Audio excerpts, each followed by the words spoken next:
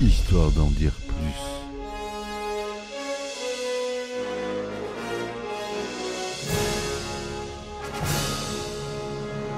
Eh ben attendez, on est en France. Allez, cul sec. Hop.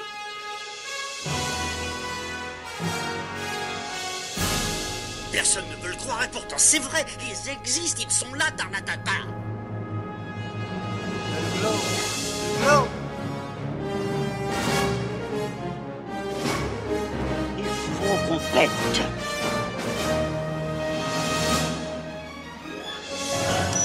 Voyons, circuit branché, correcteur temporel temporisé.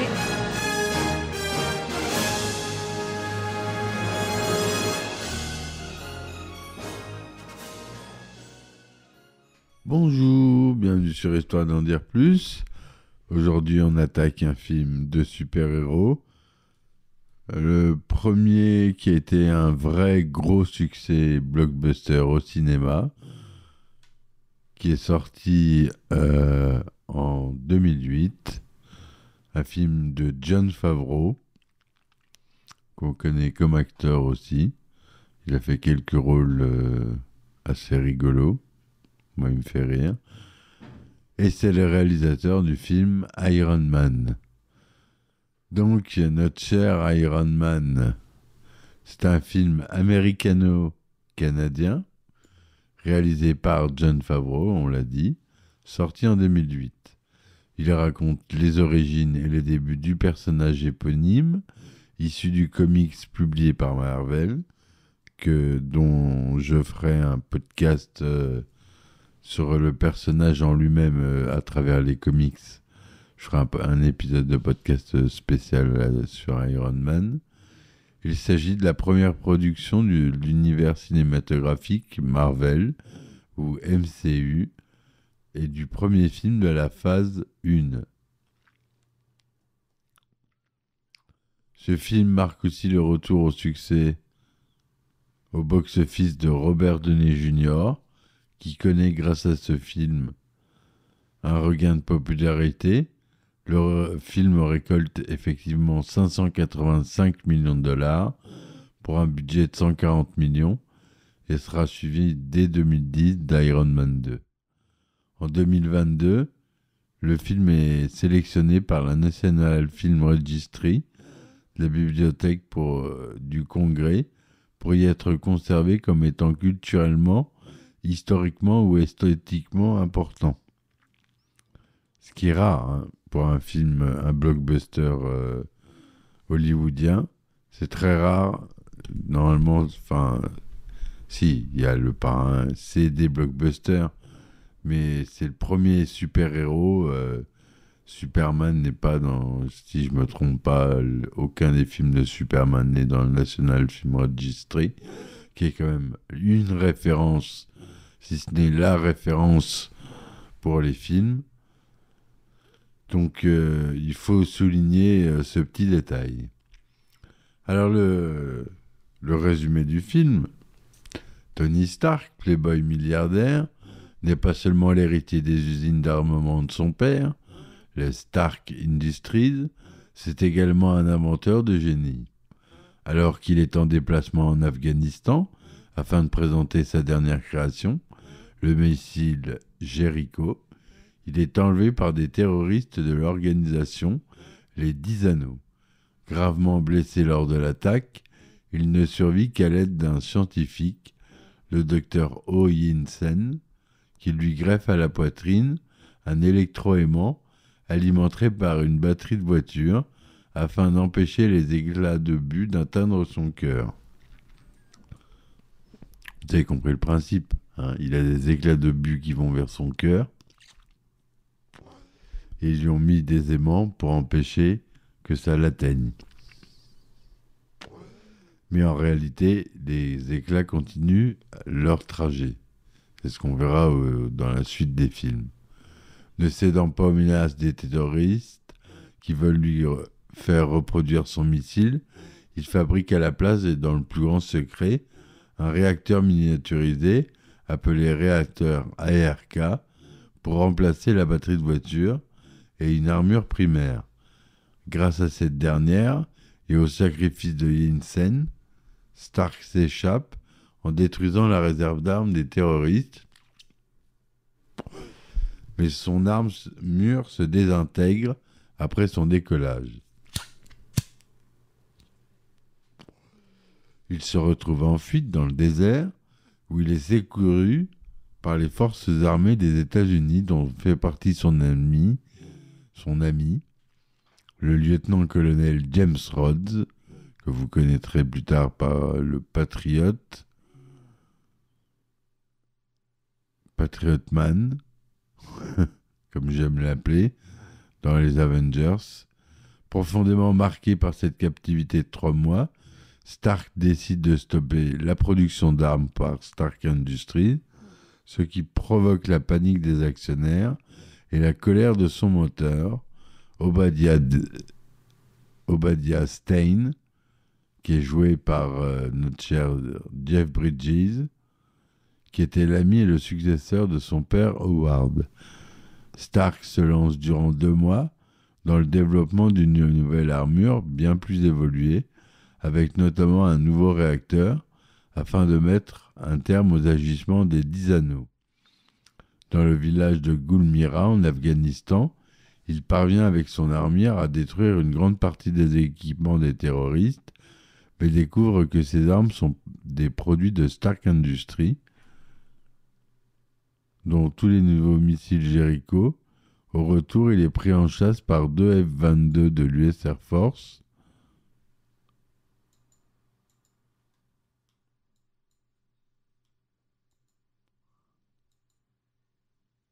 il en détruit un par accident, mais sauve son pilote. Voilà, donc rien que déjà ça. De retour en Californie, inquiet et se méfiant de Stane, Stark charge son assistante Pepper Potts d'espionner ce dernier et finit par découvrir qu'il est de mèche avec les 10 anneaux. Pendant ce temps, Stan élimine le chef des 10 anneaux et récupère les restes de la première armure pour la moderniser. Incapable de reproduire le nouveau réacteur de Stark, il va lui tendre un piège pour lui voler. Une équipe du SHIELD, menée par l'agent Phil Coulson, arrive trop tard pour intercepter Stane, qui parvient à revêtir et mettre en route son armure Ironmonger. Stark réussit, grâce à Rhodes, à se rééquiper de son premier réacteur Arc et part à arrêter Stane en armure. Les 2 hommes s'affrontent, mais le réacteur Arc n'est pas assez puissant face à celui de Stane. Alors que ce dernier est sur le point d'achever Stark, Pepper Potts, qui est joué par Gwyneth Paltrow, fait exploser le réacteur Arc de l'usine Stark. La décharge d'énergie épargne Stark, mais meilleur service l'armure de Stane, et le tue sur le coup. Le lendemain, lors d'une conférence de presse destinée à faire passer les événements de la veille pour un accident, Stark avoue aux journalistes être Iron Man, nom donné par la presse au mystérieux homme en armure au lieu de se tenir à la version du SHIELD qu'il lui proposait de donner. Tony Stark rentre chez lui, aperçoit un homme. Ce dernier lui dit « Je suis Iron Man. Vous vous prenez pour le seul super-héros du monde. Monsieur Stark, vous faites maintenant partie d'un plus grand univers, mais vous ne le savez pas encore. » L'homme se présente comme étant Nick Fury, directeur du SHIELD, venu pour lui parler des Vengeurs et du projet Initiative, la phase 1 du MCU. En septembre 2019, Kevin Feige révèle une fin alternative de la scène post-générique présente dans le coffret Infinity Saga. Dans cette version alternative, Nick Fury fait référence directe aux X-Men et à Spider-Man.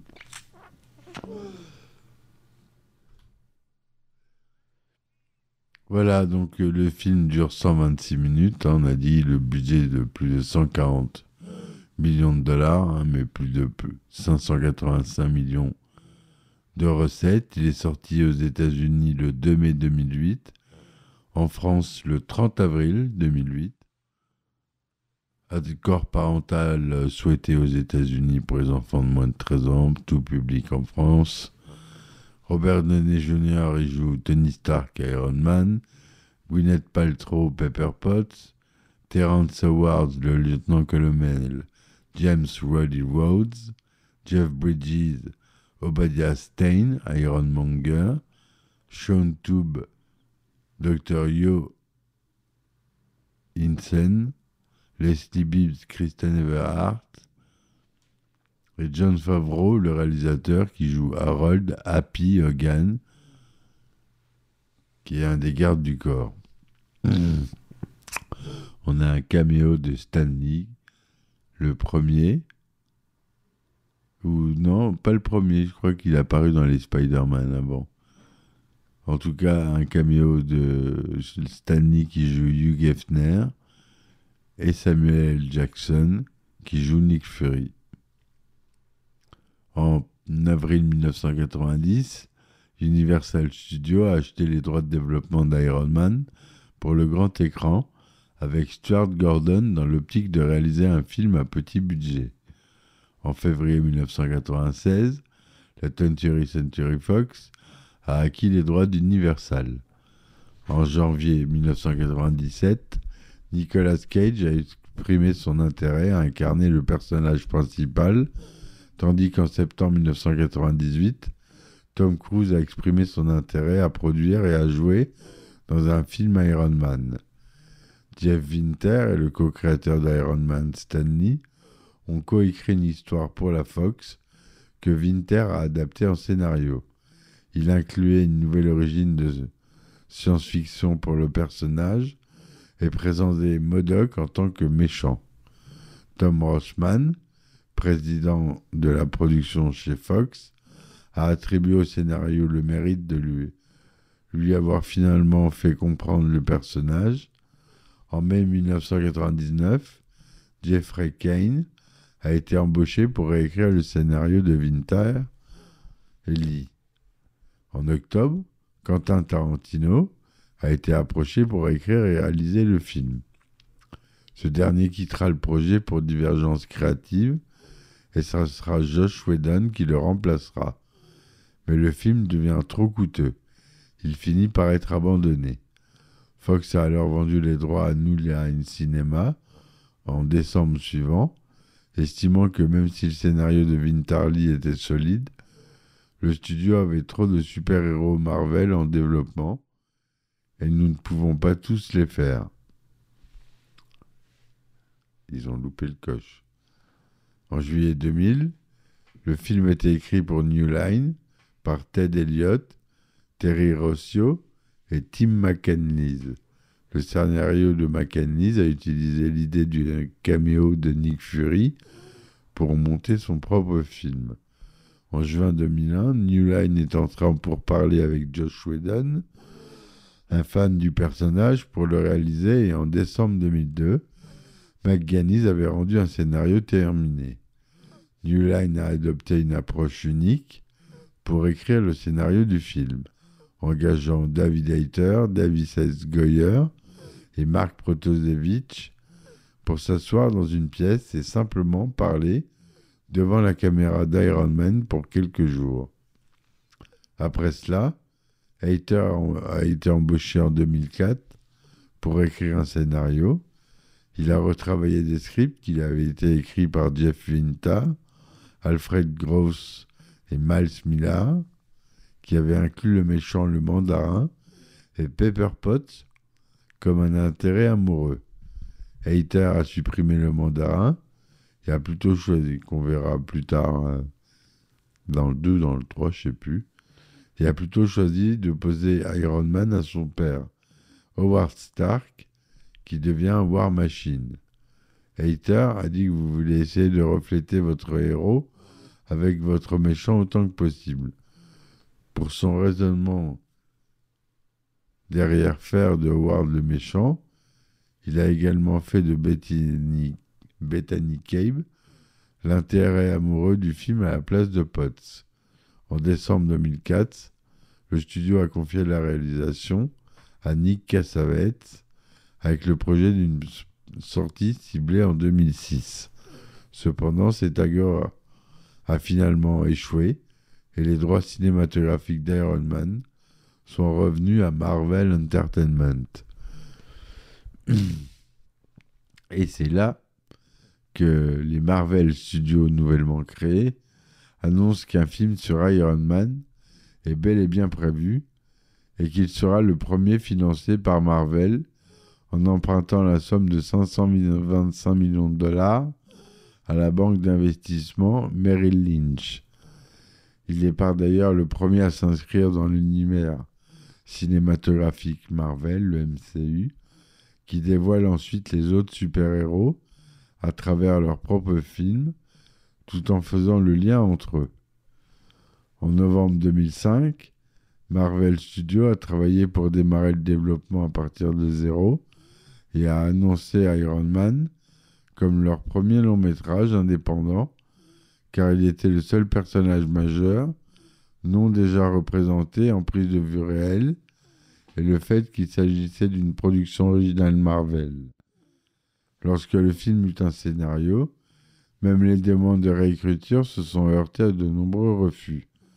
Les premiers scénarios du film faisaient également référence à Spider-Man 2 de 2004 de Sony Pictures, en identifiant Stark comme le créateur des Bryoniques d'Otto Octavius. Afin de sensibiliser le grand public à Iron Man et à l'élever au même niveau de popularité que Spider-Man ou Hulk, Marvel a dirigé des groupes de discussion essayant de trouver un moyen de supprimer la perception générale selon laquelle le personnage est un robot.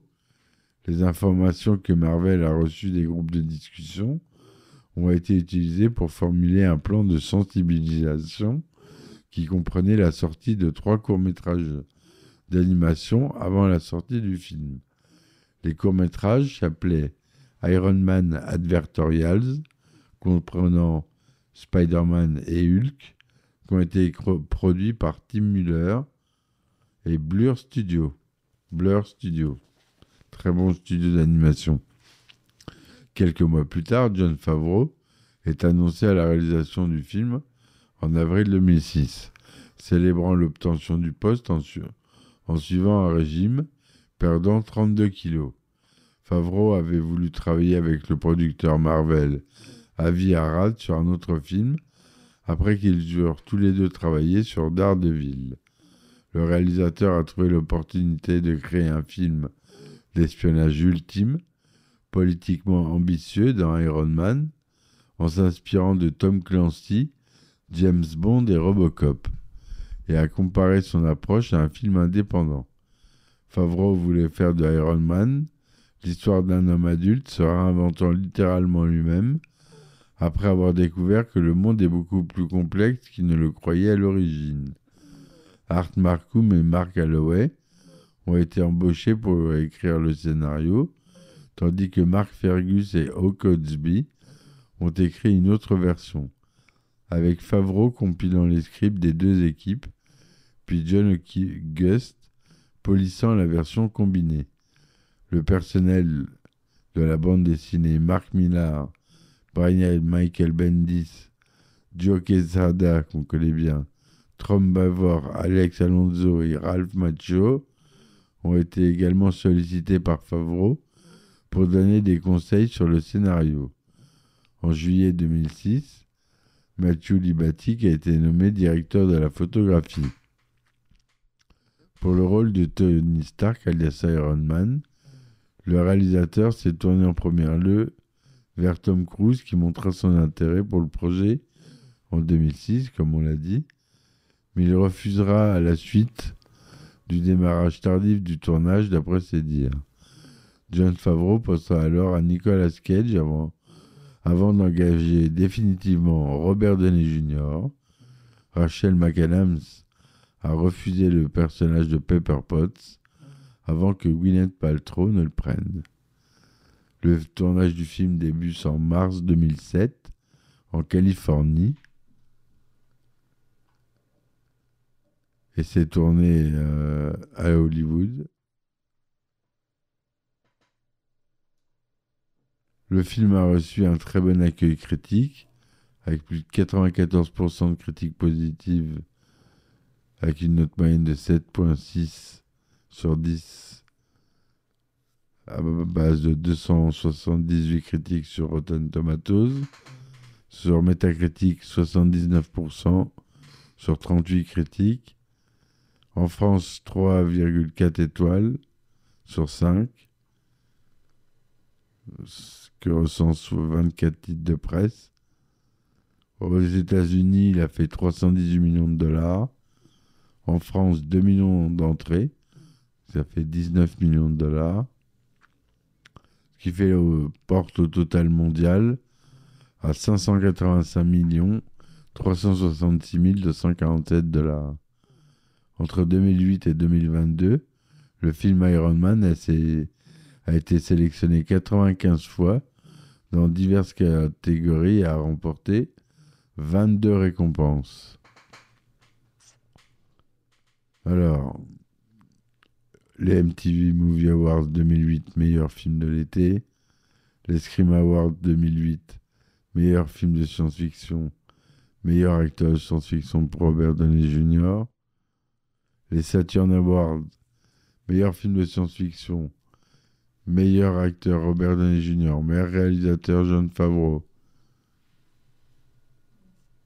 etc., etc. À différents moments, une réorchestration du générique de la série Iron Man de 1966 peut être entendue dans le casino au début du film et avec la sonnerie du téléphone de Rhodes après l'attaque de l'US Air Force contre Iron Man. Durant l'une de ces scènes introductrices, Tony se fait kidnapper pour servir d'otage par des terroristes au Pakistan. Après que ces derniers lui ont retiré le sac qui avait sur la tête, les ravisseurs, parlant la langue officielle du pays, l'ourdou, spoilent l'intrigue. En effet, lorsqu'il s'adresse à la caméra en ourdou, les extrémistes, demandant probablement une rançon en échange de la vie de Stark, révèlent en réalité l'entièreté de l'intrigue du film, en évoquant entre autres leur relation avec Stein. En apportant des modifications à l'armure après avoir failli l'écraser au sol, le rendu que Jarvis propose à Tommy est une armure entièrement dorée, ce que Tony trouve trop ostentatoire. Il se trouve que dans le comics, l'armure que Tony portait lors de la création des Avengers, le troisième qu'il a créé, était elle aussi entièrement dorée. Pendant la scène où Tony se fait enlever son armure pour la première fois, on peut voir son bureau, le bouclier à demi achevé de Captain America, le même que dans le film Iron Man 2. Au milieu du film, lorsqu'Iron Man affronte deux avions de chasse, ceux-ci ont pour nom de code Whiplash 1 et Whiplash 2. C'est une référence au personnage Black Lash, qui s'est d'abord appelé Whiplash, l'homme au fouet en version francophone, qui est le principal ennemi du héros dans Iron Man 2. Lors de la scène du premier vol de Tony chez lui, à un moment donné, il demande à Jarvis, l'ordinateur intégré dans son armure, quel record d'altitude détient le Blackbird SR-71. Il s'agit de l'avion qu'utilisent les X-Men dans la série des films. La sortie du film en DVD et Blu-ray est sortie le 5 novembre 2008 en France chez M6 Vidéo. Il y a eu deux suites, Iron Man 2, comptant comme la troisième étape et faisant partie de la phase 1, et Iron Man 3, comptant comme la septième étape et faisant partie de la phase 2. Voilà ce que je voulais vous dire, mes amis, sur ce film culte qui a lancé le MCU. Peu importe ce qu'on pense du MCU, c'est un phénomène populaire. Je me devais d'en parler, donc je vous en parle. J'espère que ma chronique vous aura plu. N'hésitez pas à vous inscrire, à vous abonner pour avoir les nouveaux épisodes qui sortent. J'essaye chaque jour, mais j'ai pas toujours le temps malheureusement. J'essaye de faire au mieux. Voilà, si vous voulez m'aider dans mon travail, vous pouvez me supporter sur mes plateformes telles que Ulule, Patreon, Tipeee. Il y a les liens en description du podcast. Allez-y. Il y a des épisodes inédits sur Patreon pour un petit abonnement de 2 € par mois. Et il y a pas mal d'anecdotes de tournage inédites. Et des épisodes inédits. Voilà, merci mes amis. Je vous dis à ciao ciao pour un nouvel épisode. Et à bientôt. Bye bye. Histoire d'en dire plus.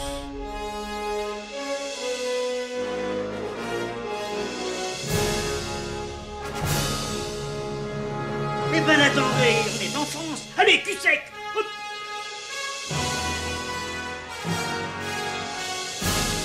Personne ne veut le croire et pourtant c'est vrai, ils existent, ils sont là, Tarnatata. Le globe. Le globe. Il faut qu'on pète.